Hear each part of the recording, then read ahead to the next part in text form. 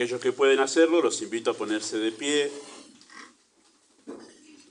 Vamos a estar leyendo versículo 14 en adelante, porque ahí comienza el contexto del texto que vamos a usar en esta mañana para poder acentuar una verdad. Dice así, 2 Corintios capítulo 2, verso 14, mas a Dios gracias, el cual nos lleva siempre en triunfo en Cristo Jesús, y por medio de nosotros manifiesta en todo lugar el olor de su conocimiento, porque para Dios somos grato olor de Cristo en los que se salvan y en los que se pierden. A estos ciertamente olor de muerte para muerte, y a aquellos olor de vida para vida. Y para estas cosas, ¿quién es suficiente? Pues no somos como muchos que medran falsificando la palabra de Dios, sino que con sinceridad, como de parte de Dios y delante de Dios, hablamos en Cristo. ¿Comenzamos otra vez a recomendarnos a nosotros mismos? ¿O tenemos necesidad como algunos, de carta de recomendación para vosotros o de recomendación de vosotros? Nuestras cartas sois vosotros, escritas en nuestros corazones, conocidas y leídas de todos los hombres, siendo manifiesto que sois cartas de Cristo, expedida por nosotros, escrita no con tinta, sino con el Espíritu del Dios vivo, no en tablas de piedra, sino en tablas de carne del corazón. Y tal confianza, tenemos mediante Cristo para con Dios, no que seamos competentes por nosotros mismos para pensar algo como de nosotros mismos, sino que nuestra competencia proviene de Dios, el cual nos hizo ministros competentes de un nuevo pacto. ¿Oramos?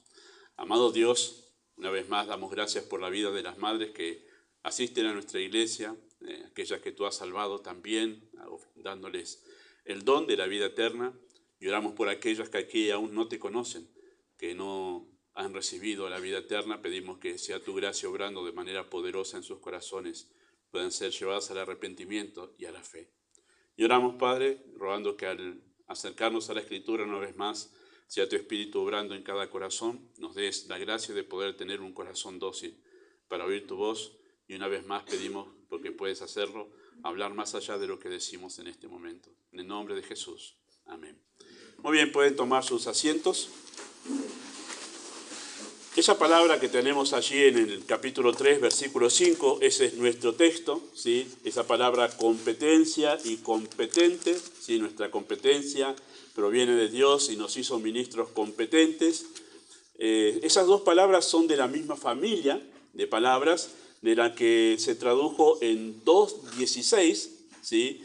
Como suficiente, donde Pablo dice, y para estas cosas, ¿quién es suficiente? La raíz en el griego de esas dos palabras son la misma, así que competente y suficiente son lo mismo. Para estas cosas, ¿quién es suficiente? ¿No? Por eso es que podemos expresar esa frase de 3:5 de esta manera: nuestra suficiencia proviene de Dios. Y preferí hacer ese acento en la palabra suficiencia por lo que vamos a enseñar en esta mañana. Entiendo yo, capaz que usted entiende mejor por la palabra competente, pero entiendo yo que esta verdad puede expresarse mejor usando esa palabra suficiencia o ser suficientes, ¿sí? Ser competentes o suficientes, ¿sí? Significa tener las capacidades necesarias para cumplir una tarea, ¿no? Eso lo escuchamos a menudo en nuestra manera de conducirnos en la vida, o cuando estamos en algún trabajo, ¿no? O se pregunta sobre alguien, ¿es competente para este trabajo? Bueno, esa es la idea de esa palabra. Y todas las personas, debido a nuestra conformación como Dios nos hizo, ¿no? Tenemos un sentido de responsabilidad, algo que hemos hablado cuando hablamos sobre familia, ¿verdad? Todos tenemos un sentido de responsabilidad que no nos deja tranquilos, ese sentido de responsabilidad, hasta que la tarea está terminada. Y algunos tienen un muy alto sentido de responsabilidad que no pueden dejar un trabajo hasta que no está todo terminado. Otros tienen un sentido de responsabilidad un poco más bajo y dicen, ya está, dejamos para mañana lo que no pudimos hacer hoy, ¿no? Pero todos tenemos, en mayor o en menor medida, un sentido de responsabilidad que nos lleva a nosotros a tener en nuestra conciencia trabajando esa idea, eso, tengo que terminarlo, tengo que hacerlo, ¿verdad? Es además ese sentido de responsabilidad que nos lleva a estar intranquilos, ¿no? Hasta que no terminamos la tarea estamos intranquilos. Es algo que se produce dentro nuestro que no puedo definirlo con una palabra, pero es esa sensación de tener una satisfacción del deber cumplido, ¿no? Usted empieza a hacer arreglos en casa, y porque algo hace rato que lo quería arreglar, una estantería, correr los muebles y todo lo demás, termina de hacer eso un día feriado, ¿no? Que no tiene tiempo, está agotadísimo, se sienta a lo lejos y dice, pero qué bien, ¿no? Es la satisfacción de la tarea terminada. Eso es lo que nos lleva al sentido de responsabilidad, tener una satisfacción del deber cumplido, ¿no? O en su trabajo también sucede eso, ¿verdad? Y cuanto más alto ese sentido de responsabilidad, mayor es la presión que sentimos por cumplir. Cuanto más alto es el sentido de responsabilidad, mayor es la presión que sentimos por cumplir. Tengo que cumplirlo, tengo que hacerlo, no me voy a quedar tranquilo hasta hacerlo. Y si no lo logramos, si no llegamos a cumplir con esa tarea que nosotros tenemos, ¿sí? Hay una gran frustración. Y nos vamos y no queremos dormir, pero no puedo dormir tranquilo porque sé que lo tengo que terminar. Es esa frustración de que no hemos podido cumplir con la tarea que se nos había encomendado, ya sea en el trabajo, en casa o algún arreglo que teníamos que hacer, ¿sí? Y hay una gran frustración que enfrentamos de diferentes maneras, ¿no? A veces es con vergüenza, a veces es según la tarea que teníamos que hacer, a veces es con enojo, a veces es con depresión o algunos otros sentimientos negativos que son la manera de expresar esa frustración por no haber cumplido la tarea, ¿sí? Todos experimentamos eso, a menos que realmente tenga un sentido de responsabilidad muy bajo, ¿verdad? Y todos los que tenemos, queridos hermanos, un alto sentido de responsabilidad, tendemos a esforzarnos para cumplir de la mejor manera posible nuestra tarea, porque eso nos da la seguridad de que estamos haciendo las cosas bien. Es esa seguridad que necesitamos de, lo estoy haciendo bien, lo estoy haciendo bien. Es el famoso cumplir y esa tranquilidad, lo hice, ya me quedo tranquilo, ¿verdad? Por muchas razones que algunas hablaremos en este mensaje y otras quedan afuera por cuestión de tiempo. Cuando llegamos a la vida cristiana, cuando el Señor nos salva, ¿verdad? Este sentido de responsabilidad se enfrenta a un desafío muy difícil de superar. Porque en la vida cristiana se nos dice a nosotros que debemos ser ¿cómo? Y la frustración de que no llegamos, ¿verdad? El desafío al que se enfrenta nuestro sentido de responsabilidad en la vida cristiana es que se nos enseñe a nosotros a ser como Cristo. A eso aspiramos en nuestra vida cristiana. ¿Sí? Y además ser como Cristo en toda nuestra manera de vivir, en todos los aspectos de nuestra vida. Y esto realmente, a usted le habrá pasado si es creyente, despierta un gran conflicto y nuestra conciencia lucha dentro de nosotros diciendo, no cumpliste, no estás cumpliendo. Es esa conciencia dentro de nosotros al mirar el gran desafío que tenemos en la vida cristiana, que dice, no cumpliste, no hiciste como realmente, no lo hiciste pero no con la motivación y estamos siempre luchando dentro nuestro, en nuestro corazón, por el sentido de responsabilidad, con las exigencias de la vida cristiana. Ahora, queridos hermanos, la tarea de la maternidad tiene altas exigencias. Y las madres cristianas que tienen un alto sentido de la responsabilidad, luchan con este mismo pensamiento, las madres, ¿verdad? Tengo que cumplir. En mi tarea como madre, tengo que cumplir. Tengo que hacerlo bien. Las madres que tienen un alto sentido de responsabilidad, luchan continuamente con este pensamiento. Y si no lo logran, no logran lo que ellas piensan que tienen que hacer en su tarea de madres, que lo tienen que hacer bien, cargan con un gran sentimiento de culpa, el cual deriva en ira, depresión, ansiedad y otros sentimientos conflictivos que se despiertan de porque no cumplí. O incluso cuando van pasando los años, ¿no? Y ven a sus hijos grandes y ven que no ven en sus hijos los resultados que esperaban. A veces algunas madres caen en mayor depresión. ¿En qué fallé? ¿Qué fue lo que hice mal? Y eso viene del sentido de responsabilidad, de que tendría que haber hecho las cosas distintas. Quizá no me esmeré, quizá en realidad tendría que haber tomado otras decisiones, pero siempre están luchando con el mismo sentimiento de responsabilidad que les lleva a no quedarse tranquilas hasta que cumplí bien, ¿verdad? Eso es algo que pasa en todas las esferas de la vida y en la tarea materna también. Algunas madres, ¿sí?, sienten tanta presión de tener esa satisfacción del deber cumplido, ¿verdad?, que llevan la maternidad a un lugar donde la justicia personal toma el dominio y utilizan su rol como un modo de sentirse justificadas delante de Dios, en lugar de descansar en la obra de Cristo en la cruz. Hay un peligro muy fuerte, como en todas las demás áreas de la vida, que las madres hagan de la maternidad lo que Cristo hizo en la cruz. O sea, su lugar de descanso, es decir, sentirse justificadas delante de Dios. Señor, lo hice bien todo en la tarea del hogar. Mirá mis hijos, wow, lo hice fenómeno. Y el bichito de sentido de justicia personal, el fariseo se llama, que tenemos todos tenemos ese fariseo dentro, que busca en sus propias obras decir, Señor, lo hice bien. Y las madres también sienten esta tentación. Mis hijos, mirá vos qué bien que andan. Señor, ahí está, lo hice yo.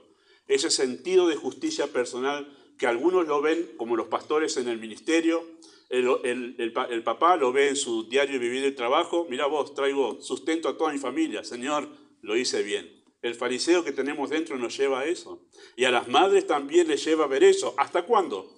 Hasta que uno de los hijos no funciona como estaban esperando. Y todo su mundo de justicia personal se derrumba por completo. Y entran en crisis. ¿En qué fallé? ¿Qué hice mal?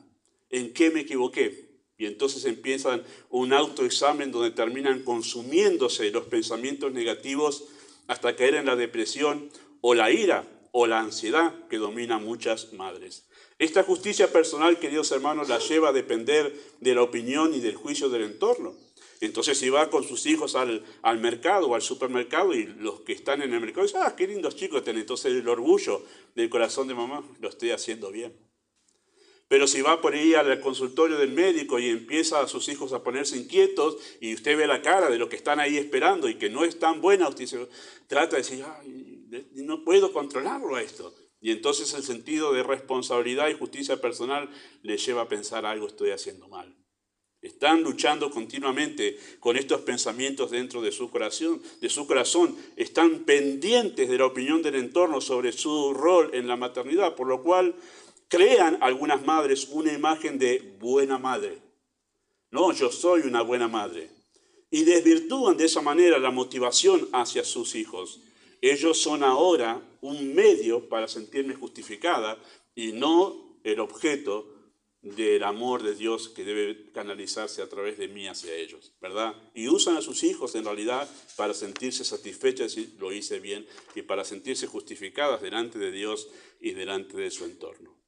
Bueno, este es un problema de las madres, pero también de todos en todas las esferas de la vida, hermanos, luchar con la justicia personal.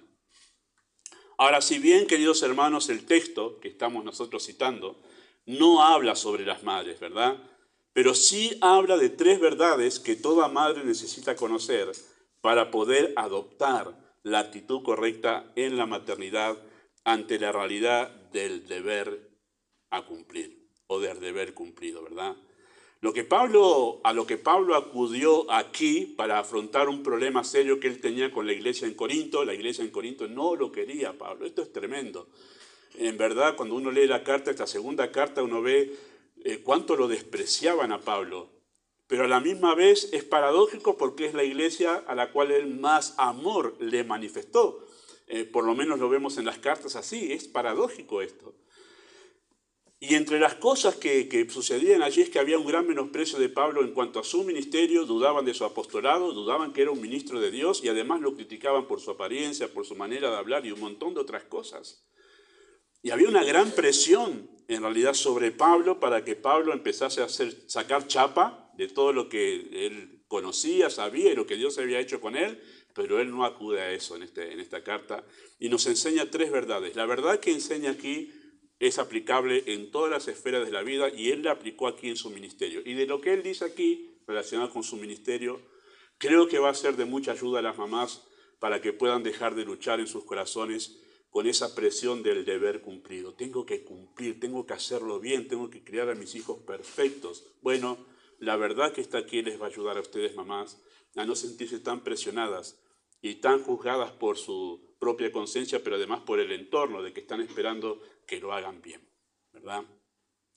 Bueno, 3 verdades que nos ayudan a eso, ¿verdad? A colocar la maternidad en tal lugar que las madres puedan descansar en Dios. La primera verdad que enseña este texto dice así: no somos suficientes por nosotros mismos. Y voy a utilizar casi exactamente las palabras que Pablo utiliza allí para enseñar este texto. ¿Sí? No somos suficientes por nosotros mismos.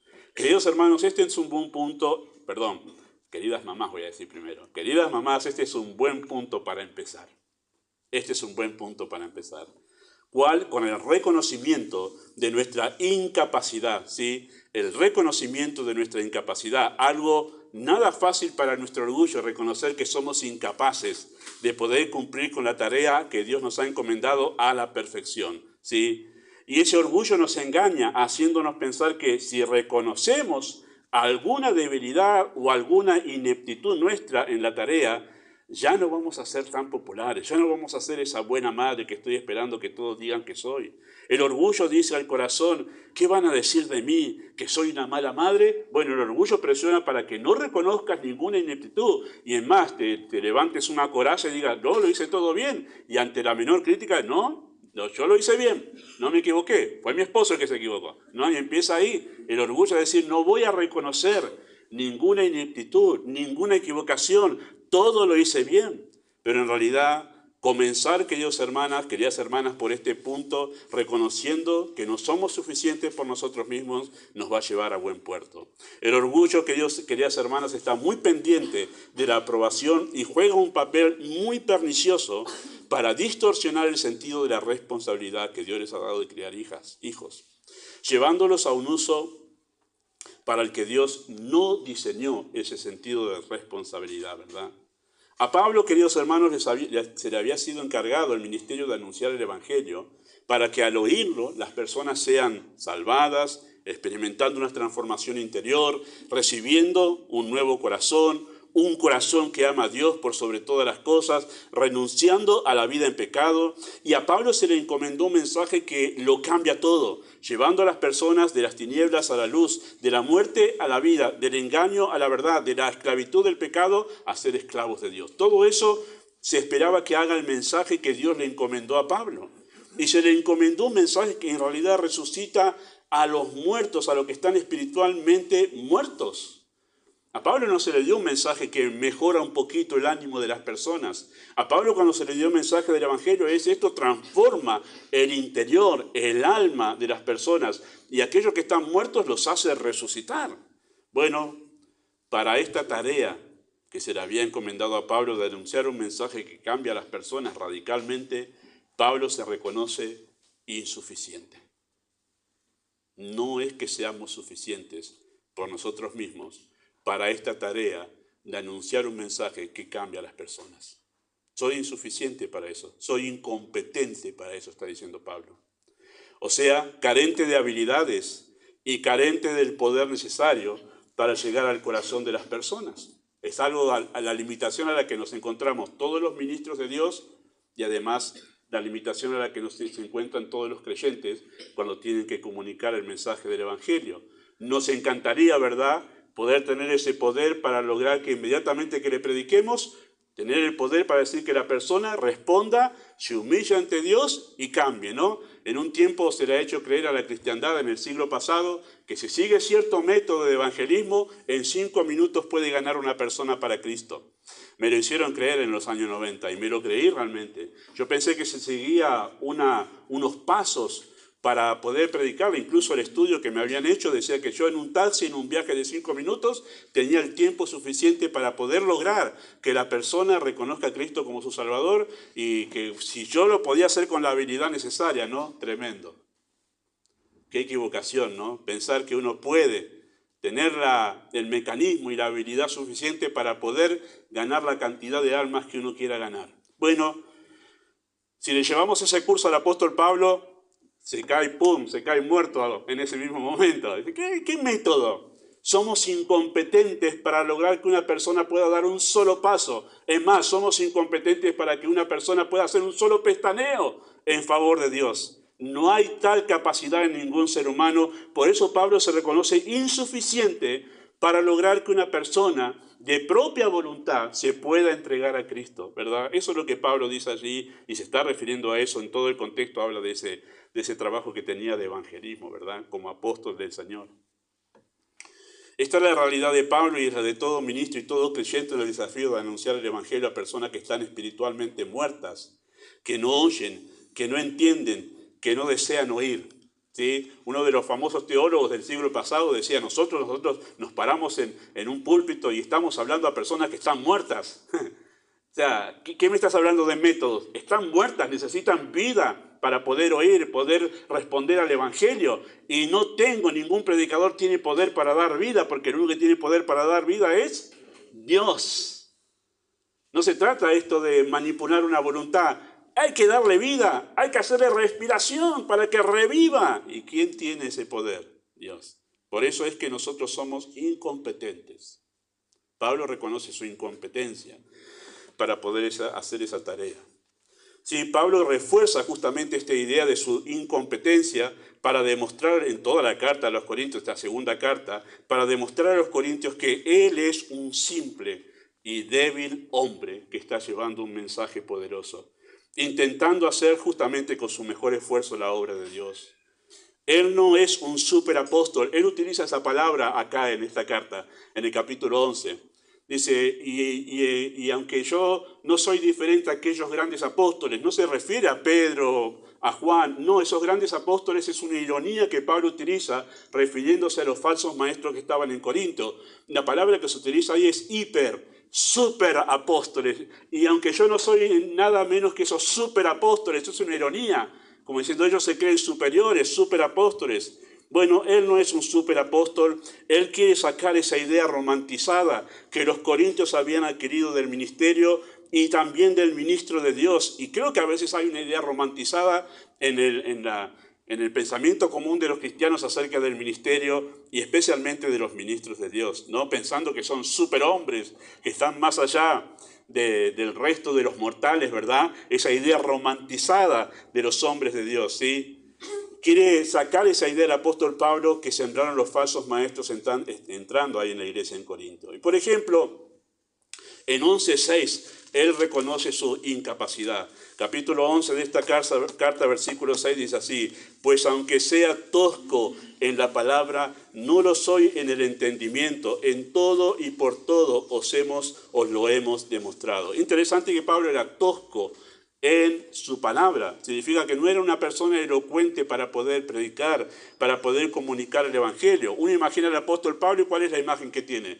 Este tiene un conocimiento, estuvo con Cristo mismo en Asia, durante 3 años recibió al Señor, la revelación del Señor directamente. Este debe hablar, escuchar a los ángeles hablar, debe tener un lenguaje angelical para hablar y comunicarse, debe hablar con una elocuencia. Bueno, Pablo dice, yo soy tosco en el habla. Y esa era una de las críticas que tenían los corintios contra él.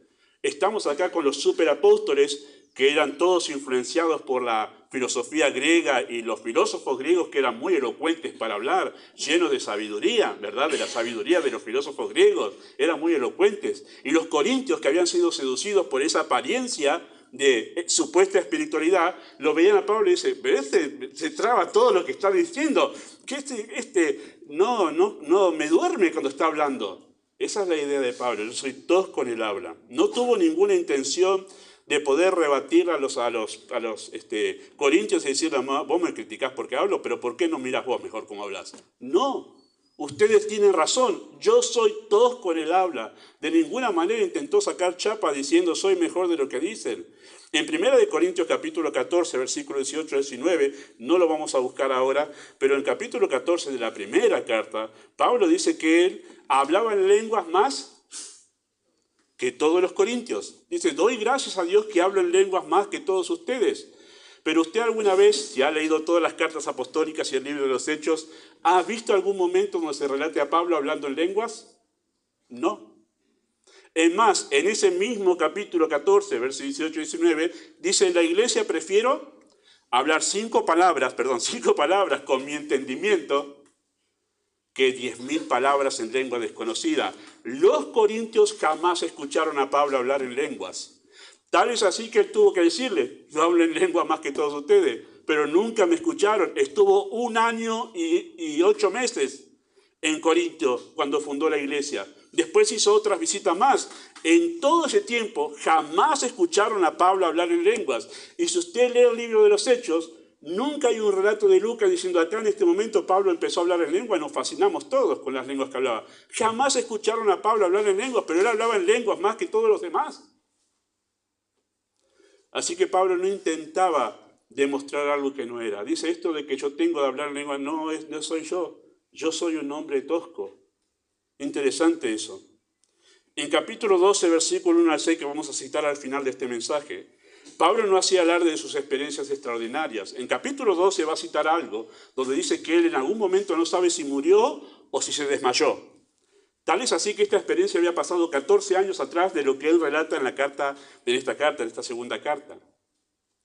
Y no encontramos ninguna otra carta donde Pablo relate esto. O sea que Pablo no estuvo después que fue llevado al tercer cielo. Dice, yo fui al tercer cielo donde escuché a los ángeles hablar y oí palabras inefables que no les he dado al hombre oír, escuchar. Él supo qué idioma hablan los ángeles. Sin embargo, Pablo no es que se volvió a esta tierra, puso los pies acá y dijo, muchacho, tengo una experiencia magnífica que contarle. Estamos por leer la ley, pará un poquito. Me fui al tercer cielo. No lo contó nunca hasta 2 Corintios capítulo 12. ¿Por qué hizo eso? Bueno, en ese capítulo él explica eso. Para que nadie piense de mí más de lo que en mí ve u oye de mí. No quiero dar la apariencia de que soy un superhombre por haber estado en el tercer cielo, ¿no? ¿Qué haríamos nosotros si vemos a alguien que llega acá y dice, estuve en el tercer cielo? Oh, pastor, córrase, déle lugar a ese que viene. No, Pablo dice, ese no soy yo. Esa experiencia me pasó una vez. Pero ese no soy yo soy un hombre simple, débil.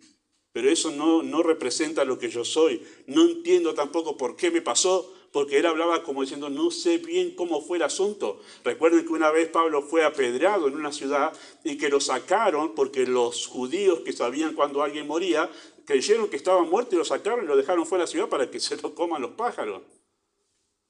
Así que podría ser que en ese momento fue cuando realmente murió y fue llevado al tercer cielo. No lo sabemos. Pero el asunto es que él jamás se dedicó a andar pasando de iglesia a iglesia diciendo, tuve esta experiencia. Vi a los ángeles y los escuché hablar. ¿Saben cómo conversaban? No hacía alarde de sus experiencias extraordinarias para que la gente no piense más de lo que ve ahí, que es un simple hombre débil. Un simple hombre débil tratando de hacer su mejor esfuerzo por comunicar el evangelio. No hacía alarde de su conocimiento, porque en 1 Corintios capítulo 2, versículo 1 y 2, cuando le dice a los corintios cómo predicó, cuando llegó a Corintio, cómo predicó el evangelio, dice, me propuse no saber nada, sino a Cristo y a este crucificado. No fui con excelencia de palabras ni de sabiduría, sino con el evangelio de Cristo. Nada más. ¿Pablo tenía conocimiento? Sí, había sido instruido a los pies de Gamaliel. Gamaliel es uno de los doctores de la ley con más renombre entre los judíos en el tiempo de Pablo. Y cuando él habla de eso, fue instruido a los pies de Gamaliel, es como decir, a mí me enseñó ciencia Einstein. Algo así era el asunto. O sea, ¿qué me venís a decir de ciencia si yo estuve con Einstein mismo? Bueno, Pablo está diciendo, yo fui instruido a los pies de Gamaliel, pero cuando fui a predicar a ustedes corintios me propuse no hacer alarde de todo el conocimiento que yo tengo, porque eso no sirve de nada. Eso no me hace mejor persona, ese conocimiento. Acá bastaba el evangelio de Cristo, la cruz de Cristo, y eso simplemente hablé. Ustedes no me vieron hacer alarde de conocimiento ni de palabras elocuentes, dice el apóstol Pablo. Él trató de enfatizar todo el tiempo que él era un simple hombre. Pablo no intentó impresionar a los corintios, como decimos nosotros, sacando chapa. ¿Verdad? Una frase muy común. ¿De dónde viene la idea de sacar chapa? Porque cuando alguien se recibe de doctor, de abogado, ¿qué hace? Pone una chapa. Y algunos muros de Facebook parecen eso en realidad. Pastor, graduado en el instituto tanto, el máster de tal lado, doctorado en tal otro. ¿Qué te hace eso? ¿Mejor creyente? ¿Mejor ministro? ¿Qué necesidad hay de poner? Me agrada como algunos ponen, fulano, cristiano. Y es suficiente eso. Por eso en 3.1, el apóstol Pablo dice así, noten ahí capítulo 3, versículo 1, Dice, comenzamos otra vez a recomendarnos a nosotros mismos, o tenemos necesidad, como de algunos, si se refiere a esos falsos maestros, de carta de recomendación para vosotros o de recomendación de vosotros. La idea de esas preguntas que está haciendo ahí, que son retóricas, diciendo no necesitamos nada de eso, es comenzamos a recomendarnos a nosotros. Estamos tratando de presentarles nuestras credenciales, nuestras chapas, para que sepan con quién están tratando. Estamos tratando de hacer eso, dice el apóstol Pablo. No estamos sacando chapa. Ustedes saben que vinimos acá y no tratamos de ninguna manera, en ningún modo nosotros, de hacer eso. Al contrario de sacar chapa, el apóstol Pablo se esforzó por demostrar que era un débil y simple hombre. Noten ahí capítulo 1, versículo 8. Capítulo 1, versículo 8. Porque, hermanos, no queremos que ignoréis acerca de nuestra tribulación que nos sobrevino en Asia, pues fuimos abrumados sobremanera, más allá de nuestras fuerzas, de tal modo que aún perdimos la esperanza de conservar la vida, pero tuvimos en nosotros mismos sentencia de muerte, para que no confiásemos en nosotros mismos, sino en Dios que resucita de los muertos. El apóstol Pablo en un momento perdió la esperanza de conservar la vida. Tremendo. Llegó un momento y dijo, acá muchachos, hagamos el testamento porque este es nuestro último día. El asunto es que el apóstol Pablo estaba atribulado allí y se mostró débil. Débil al punto de dijo, ya no confiamos que Dios pueda librarnos de esta situación. Nos dice, no cuente eso, Pablo, porque va a dar, ese soy yo, un débil hombre, que hay veces que pierdo la esperanza de conservar la vida. Noten en capítulo 2, versículo 1 al 4. Capítulo 2, versículo 1 al 4. Esto pues determiné para conmigo, no ir otra vez a vosotros con tristeza, porque si yo os contristo, ¿quién será luego aquel que me alegre, sino aquel a quien yo contristé? Y esto mismo os escribí para que cuando llegue no tenga tristeza de parte de aquellos de quienes me debería gozar, confiando en vosotros todos, que mi gozo es el de todos vosotros. Porque, y escuche esto, por la mucha tribulación y angustia del corazón, os escribí con muchas lágrimas, no para que fueseis contritados, sino para que supieseis cuán grande es el amor que os tengo. Versículo 5, pues si alguno me ha causado tristeza, no me la ha causado a mí solo, sino en cierto modo, por no exagerar, a todos vosotros. No sabemos quién es aquí ese otro, porque algunos dicen que es el de capítulo 5, en la primera carta, aquel joven que fue disciplinado, pero en realidad se trata después sobre ese hombre, en capítulo 7. Así que puede ser otro que andaba murmurando de Pablo y que había creado esta división en la iglesia, y es muy probable que sea este que había fomentado todo este odio contra Pablo entre los corintios, y esto obviamente le causó tristeza a Pablo, porque eran todos sus hijos, eran todos aquellos que él había ganado con el Evangelio de Cristo, y esos que eran sus hijos, a quienes amaba profundamente, ahora se le vuelven en contra. Es tremendo. Hay 4 cartas que Pablo escribió a los corintios, una antes de la primera, que es donde le mandaron preguntas. ¿Qué hacemos con este matrimonio? ¿Qué hacemos con el tema de las solteras? Bueno, esa es la primera carta. Pablo responde con la primera carta que tenemos nosotros, que sería la segunda, la primera. Entre la primera y la segunda que nosotros tenemos, hay una carta que se llama la carta triste, que es la carta que Pablo escribió, que dice aquí, con muchas lágrimas les escribí a ustedes, porque no se habían arrepentido de todo lo que le había escrito en la primera, y al ver que no se habían arrepentido, escribe una carta que dicen los conocedores de los registros históricos que es una carta muy dura, y es llamada la carta triste. Y en un momento Pablo se dio cuenta que les había escrito muy duramente, y les había dicho, yo voy a ir con ustedes, capítulo 19 y capítulo 20 de Hechos, yo voy a ir por ustedes cuando vaya a Macedonia. Y no fue. Y cuando decidió no ir, los corintios dijeron, viste, Pablo es un mentiroso, no nos quiere, dijo que iba a venir y no vino. Y empezaron a murmurar de Pablo, este es un falso, mirá vos, dice que va a venir y no vino. Y Pablo escribe acá, muchachos, esta es la razón por la que no quise ir, porque quería componerme yo primero, porque estaba con una gran angustia por lo que les escribí. Y quería estar bien, porque no quería llegar entre ustedes y entristecerlos más de lo que los entristecí con la carta. Y explica acá, este es un hombre débil. Este no es un superapóstol impermeable a las emociones. Este es un hombre que se angustia y que está dolido. Ese es el apóstol Pablo que vemos aquí. Y ese es el que se revela ante los ojos de los corintios que lo estaban criticando. Noten capítulo 4, versículos 7 al 15. Capítulo 4, versículos 7 al 15.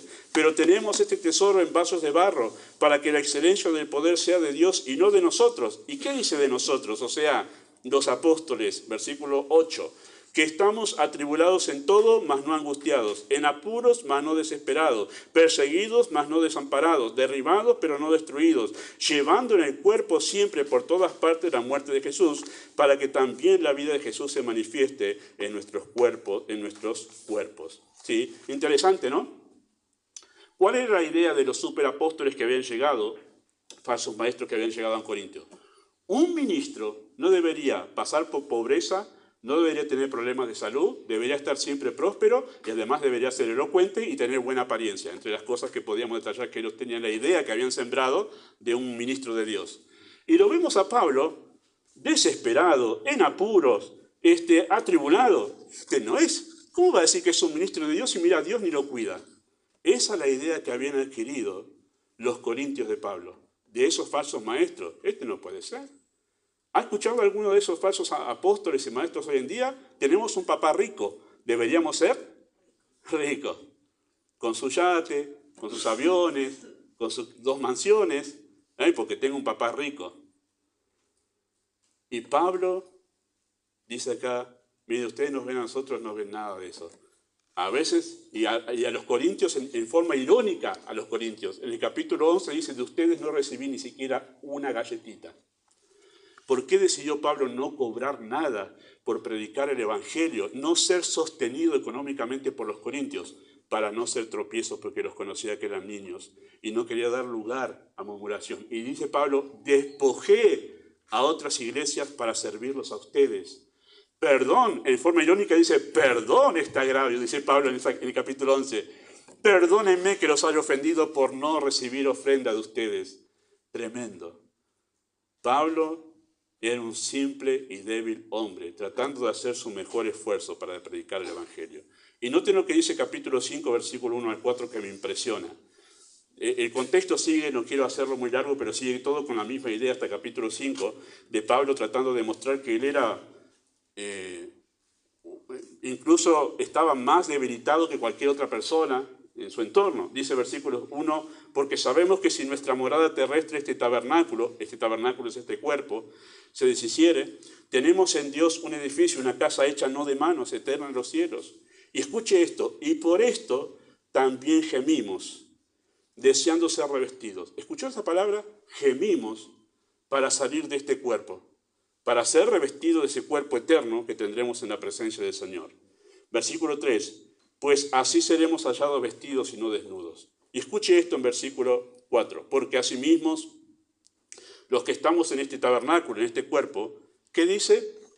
Gemimos con angustia. Si usted lee después el capítulo 11, no lo vamos a hacer ahora porque es algo extenso, pero usted va a ver todos los sufrimientos que Pablo tuvo por predicar el Evangelio. Dice que 3 veces recibió azotes de los judíos, que los judíos solían azotar a aquellos que consideraban que eran herejes, y solían darle 40 azotes menos 1. ¿Por qué 40 azotes menos 1? O sea, 39. Porque el límite era 40. Si dabas más de 40 azotes, estaba sonado por los doctores de la ley. Y para saber que no se pasaron, eran 39. Contá 39 por las dudas que se nos haya zafado uno. Bueno, si te sacamos la camisa a Pablo y vemos su torso, estaba todo lleno de marcas, de varas, que había sido azotado por los que lo perseguían. Además de haber sido apedreado y haber sido dado por muerto. Además tenía problemas de salud el apóstol Pablo, que le escribe a los Gálatas y dice, mirad con cuán grandes letras os escribo, porque se ve que tenía problemas de la visión y parece que se le juntaba algo en la vista, en una enfermedad que tenía un nombre en ese tiempo, se le juntaba algo en la vista que le impedía ver muy bien. Y por eso algunas de las cartas de Pablo son escritas no por él, sino por su amanuense, ¿sí? Por Tercio, escritas porque Pablo no podía escribir, no podía ver. Cuando llegó a Galacia para predicar a los Gálatas el Evangelio, él dice, ustedes me recibieron como un ángel de Dios, aunque ustedes vieron que una piltrafa era yo. Estaba re enfermo, pero ustedes me recibieron como un ángel de Dios. ¿Cómo puede ser que ahora hayan cambiado tanto? ¿No? Le dice, pero Pablo en su apariencia física, uno le diría, estás para terapia intensiva. Tremendo. Además de que los historiadores hablan de su apariencia física como no muy favorecido, ¿no? En muchos aspectos no era muy favorecido el apóstol Pablo en su apariencia física. Y digo porque algunos han sido favorecidos. Yo pertenezco a ese club, pero el otro club debe estar muy como, no sé cómo debe andar. ¿Qué es esa vida de ser lindo? No lo sé. Pero el asunto es que Pablo no había sido favorecido. O sea, todo le jugaba en contra a este hombre en cuanto a su apariencia. Además de que ya era feo, estaba castigado por todas las cosas.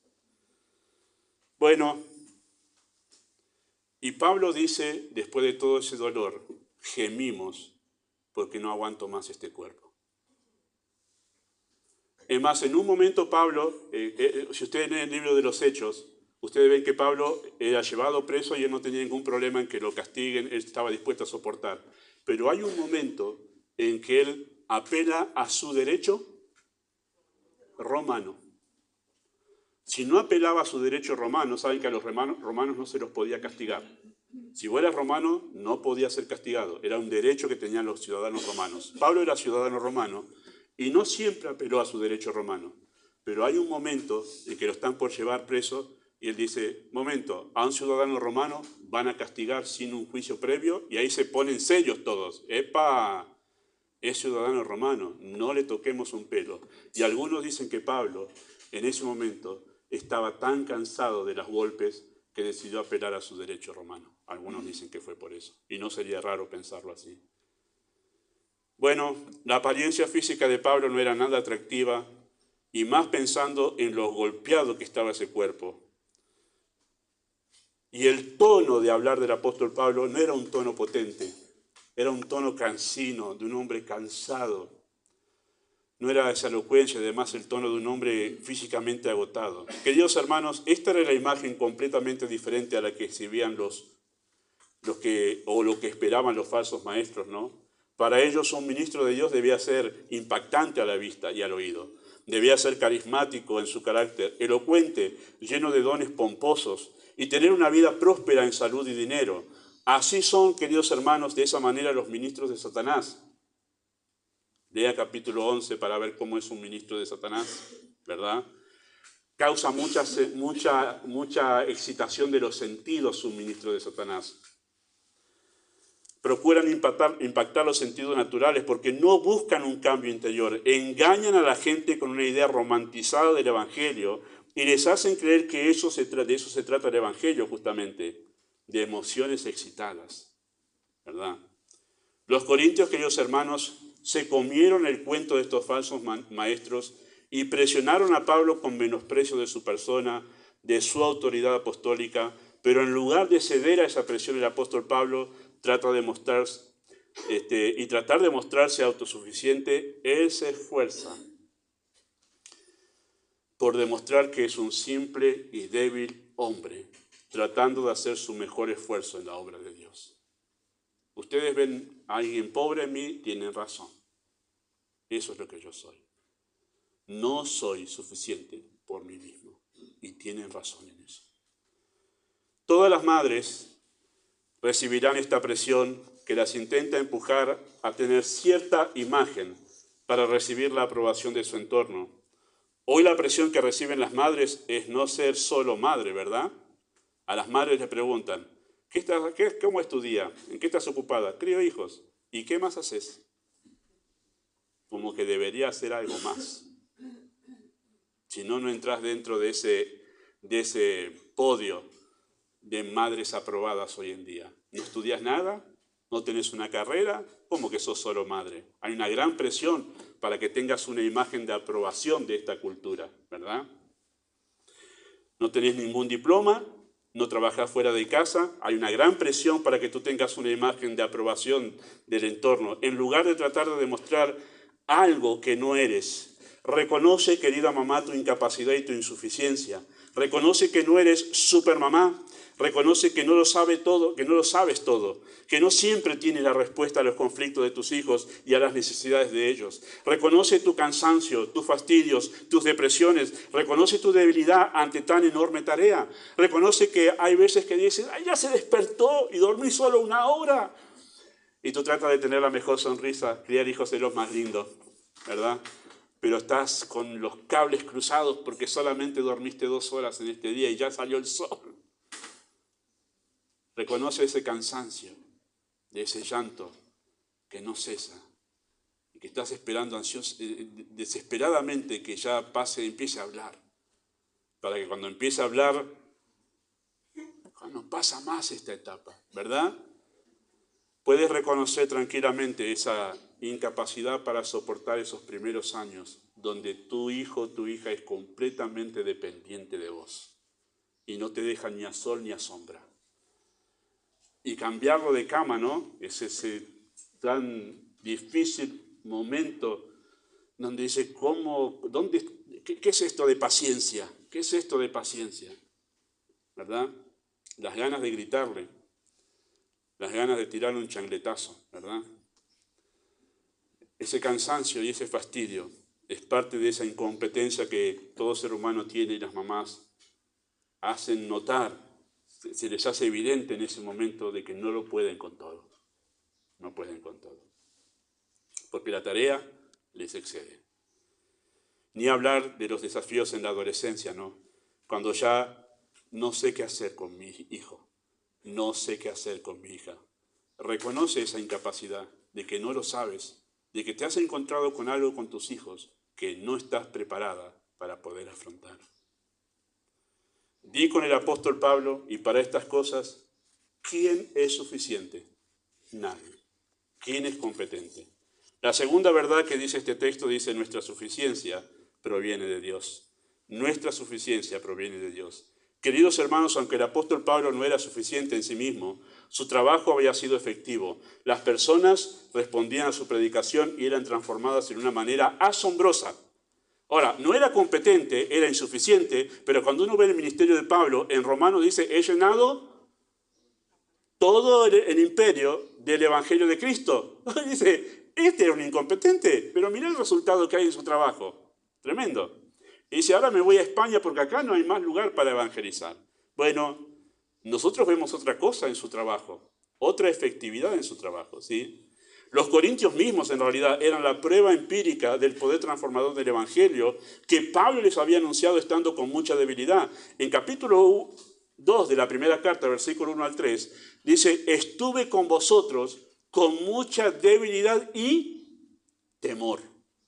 Ustedes deben saber que cuando yo les prediqué el Evangelio, que los convirtió a ustedes, que les cambió el corazón, yo en realidad por dentro estaba con mucho temor y con mucha debilidad, no sabiendo lo que iba a pasar en esta ciudad, pero yo estaba temeroso. Tan temeroso estaba Pablo cuando llegó a Corintio, que en el libro de los Hechos Lucas relata que Dios le habló a Pablo y le dijo, no temas, habla, porque yo tengo mucho pueblo en esta ciudad. Pablo estaba muy temeroso porque en la ciudad de Corinto se había armado una revuelta para decir, a este lo vamos a sacar a los palazos. Y Pablo temía qué iba a hacer. Y Dios le dice, no temas, habla, porque tengo mucho pueblo en esta ciudad. Usted dice, este es el apóstol Pablo, lo pensaba más valiente, estaba temeroso. Y Pablo dice, así les prediqué el Evangelio a ustedes. Les predicó así y se convirtieron de las tinieblas a la luz, porque la ciudad de Corinto era la más pervertida en el Imperio Romano. Lo que usted ve en capítulo 6 de la primera carta, vemos ahí un montón de conductas de lo más bajo en la sociedad. Y el poder del Evangelio los transformó a todos. ¿Quién predicó ese Evangelio? Un hombre débil, temeroso y dudoso de qué iba a hacer ahí. ¡Wow! Si nosotros supiéramos eso, diríamos, Pablo, no predique eso, mejor llamamos a MacArthur que él predicó hoy acá. Porque él estaba así. Pablo le dice, nuestras cartas sois vosotros. Ustedes son la demostración de que no hace falta un superapóstol para que el Evangelio sea efectivo. El mensaje que predico los transformó a ustedes. ¿Quién produjo ese cambio en la vida de los corintios? ¿Quién produjo ese cambio en la vida de los corintios? ¿Pablo? No, no fue Pablo. No fue Pablo el que produjo ese cambio. Ese cambio lo produjo Dios con su poder soberano y sobrenatural. En el versículo 3 dice que son cartas escritas con el Espíritu de Dios. Fue el Espíritu trabajando en los corazones. En 4.6, noten eso allí, 4.6, habla acerca de la palabra de Dios poderosa transformando a los corintios, porque Dios que mandó que de las tinieblas resplandeciese la luz, es el que resplandeció en nuestros corazones para la iluminación del conocimiento de Dios en la gloria de la faz de Jesucristo. Dice, lo que los transformó a ustedes no fui yo, este débil hombre, sino fue el poder de la palabra de Dios. Esa palabra poderosa que trajo a la existencia todas las cosas que hay en el universo, ese mismo poder fue el que creó la vida dentro de sus corazones. No fui yo, no fui yo. Yo soy incapaz e incompetente, pero Dios no. Su palabra creó la vida. Y en 4:6 dice eso, y en 1 Corintios 15:10 habla de la gracia de Dios obrando a través de su ministerio poderoso. En 4:7 acentúa esa paradójica realidad de la obra de Dios, donde un poder excelso es manifestado a través de un débil y simple vaso de barro. 4:7 dice, pero tenemos este tesoro. ¿Cuál tesoro? El de versículo 6. De la poderosa palabra de Dios que crea todas las cosas y crea la vida, lo tenemos en vasos de barro.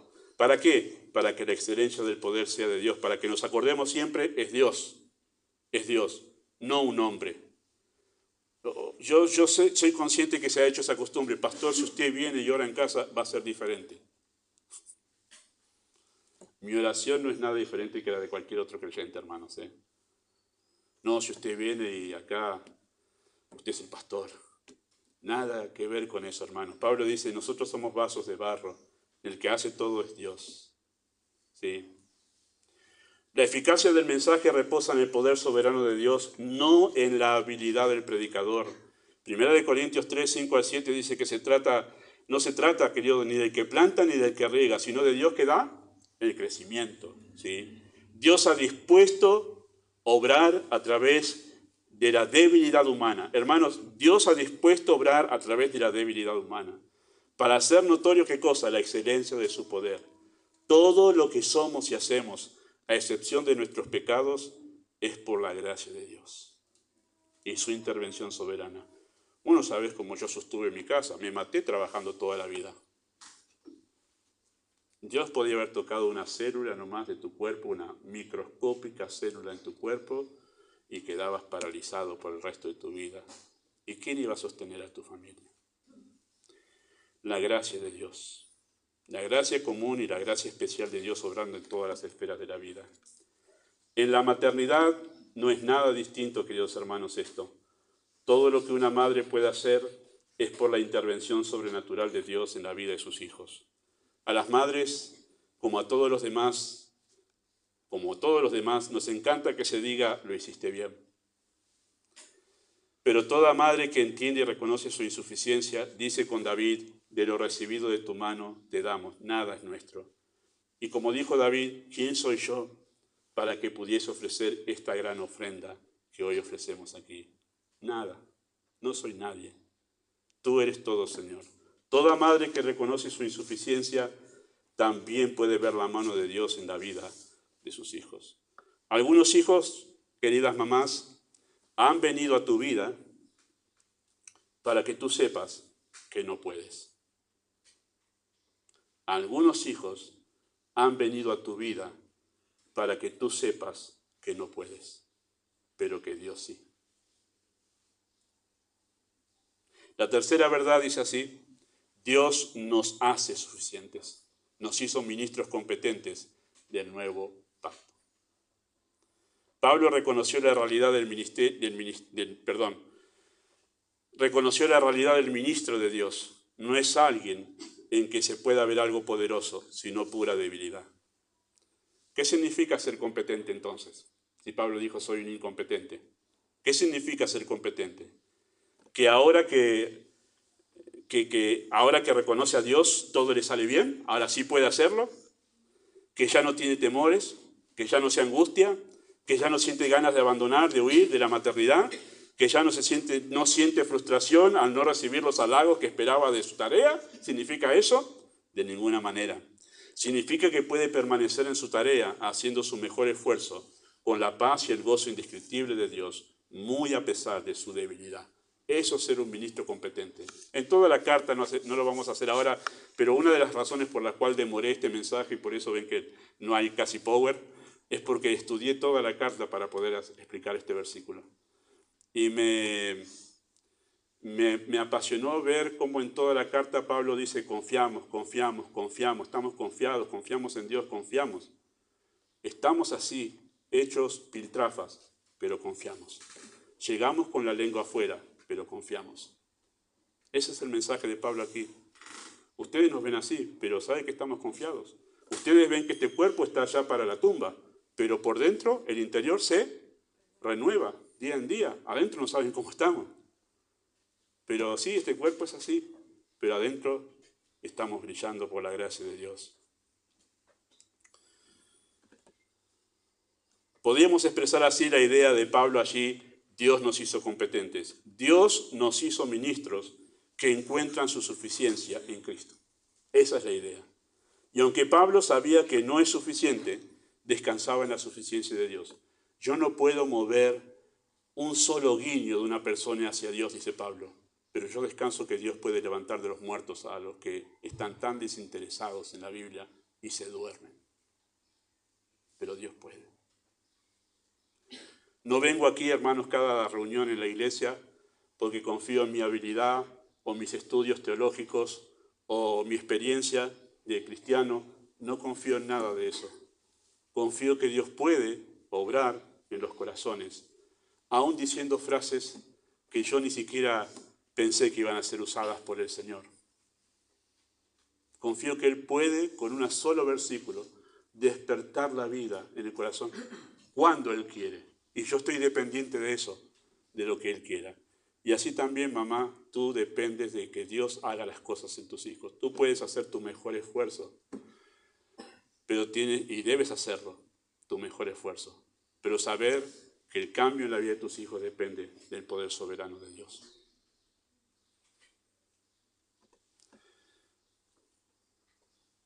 Eso es un ministro competente, descansa en el poder de Dios. Sus limitaciones para Pablo no fueron una excusa para trabajar menos, sino para trabajar más. No es que dice, bueno, si no depende de mí, al final depende de Dios, y me cruzo de brazos. Y Pablo dijo, no, no depende de mí, trabajo más. Ya que no depende de mí, puedo trabajar en paz. No trabajo con la presión de quiero cumplir y tengo que cumplir y tengo que cumplir. Dios lo va a hacer. Yo trabajo ahora lo más tranquilo ahora, con mi mejor esfuerzo. Trabajó hasta el cansancio, no para satisfacer el reclamo de su conciencia del de haber cumplido, sino porque Pablo descansaba en Dios. Un ministro competente descansa en Dios sabiendo que sus dones no son la causa del éxito y no necesita estar impresionando a nadie el ministro. Esta es la verdad que Pablo aprendió y nos la contó en capítulo 12, versículo 1 al 11, que no hay tiempo para ver. Pero quiero terminar. Capítulo 12 habla sobre esa experiencia extraordinaria que le vino, que fue al tercer cielo, y dice Pablo, para que la grandeza de las revelaciones no me haga subir los humos, me fue dado un aguijón. Es una cosita pequeñita, ¿no? Que se le mete una astilla ¿ha visto la astilla que se mete acá? ¡Ah! Y no lo deja pensar, ¿eh? La astillita esa hasta que se la saca así. O una basurita en la... Pablo dice, ¿qué problema es el que te tiene tan mal? Un aguijón, una cosita chiquita así. Miren con qué facilidad Pablo demostraba su debilidad. Y Pablo oró al Señor para que lo saque y Dios dijo, no, vos necesitas siempre tener presente que sos un débil hombre, porque ahí es donde yo mejor trabajo, cuando vos estás consciente de tu debilidad y mi poder se perfecciona en esa debilidad. Bueno, estas reflexiones finales para ustedes, queridas mamás, que sufren tanto con la presión de hay que hacerlo bien. Querida mamá, recuerda lo que Dios puede hacer con 5 panes y 2 peces. ¿Qué dijeron los discípulos cuando vino este niño con 5 panes y 2 peces? ¿Qué es esto para tanto? ¿Qué es esto? ¿Qué venís con este mensajito? Acá precisamos un predicador polenta. Me acuerdo que alguien me dijo así, hablando de su casamiento. No era nadie de aquí por las dudas, pero hablando de su casamiento, de otra iglesia. Organicé mi casamiento así y me trajo un predicador polenta. No sé qué significa eso, pero... Dios puede usar al más tosco de los hombres. Si no, piensen en el apóstol Pedro. El apóstol Pedro era un cabeza dura. Y en su primer mensaje, ¿cuántos se convirtieron? Y uno diría, Pedro, ¿cuál fue el método? ¿Cuál es tu exégesis del texto para... ¿En qué instituto bíblico estudiaste para...? Nada. Lo hizo Dios quiso convertir 3.000 ahí. Después, nunca más vemos que se hayan convertido 3.000 bajo la predicación de Pedro. Y Pablo fue a predicar al río a unas mujeres que estaban orando. ¿Y cuántas se convirtieron? Y uno compara a Pedro y a Pablo y dice, acá 3.000, acá una mujer se convirtió que estaba orando. Dice, ¿a quién llamo para predicar el domingo? No, tráeme a Pedro, mira 3.000. Así evaluamos las cosas nosotros. No te menosprecies, mamá. No digas yo no conozco, no estoy lo suficientemente preparado como una excusa para decir no puedo hacer la tarea. Dios puede hacer una gran obra con 5 panes y 2 peces, descansa en Dios. Quizá tú sientes una frustración porque la presión es demasiada y todo lo que estás haciendo parece insuficiente. Descansa en Dios, porque Él está obrando incluso a través de tu insuficiencia. No sabes todo lo que estás haciendo en tus hijos. Al confesarte y ser sincera delante de tus hijos, no puedo. O incluso ir tú, mamá, con tus hijos, decirle, hijos, me equivoqué, perdón. Hija, hijo, te reté equivocadamente, la verdad que no sabía, perdón, porque te reté mal. Hay padres que son muy orgullosos, hay madres que son muy orgullosas, que no reconocen sus errores delante de sus hijos. Pero eso es muy bueno, porque Dios trabaja a través de la insuficiencia con sus hijos también. Que tu insuficiencia no te lleve a la depresión, al enojo, a la ira o la ansiedad, sino que puedas entender que es el camino para llevar a descansar en Dios. Cuando sos consciente de tu insuficiencia, es el momento para ir a descansar en Dios. No puedo, Señor, tú puedes. Aquí estoy yo. Dios te dice, bástate en mi gracia, porque mi poder se perfecciona en tu debilidad. Querida mamá, Dios no depende de ti, pero tú sí dependes de Dios para esta tarea de la crianza. Amado Dios y Padre Celestial, encomendamos este mensaje a la obra de tu Espíritu para tratar con los corazones de las madres en este lugar. Todos sabemos, Padre, que la tarea es demandante, muy exigente, es 24/7, no se descansa nunca, ni siquiera cuando se duerme. Y ante tan alta exigencia, necesitan poder descansar en ti. Y oramos eso por las mamás en nuestra iglesia, que puedan hallar su todo en tu suficiencia, que tú sí puedes hacer todo lo que ellas no pueden en la vida de los hijos. Lo encomendamos en tus manos.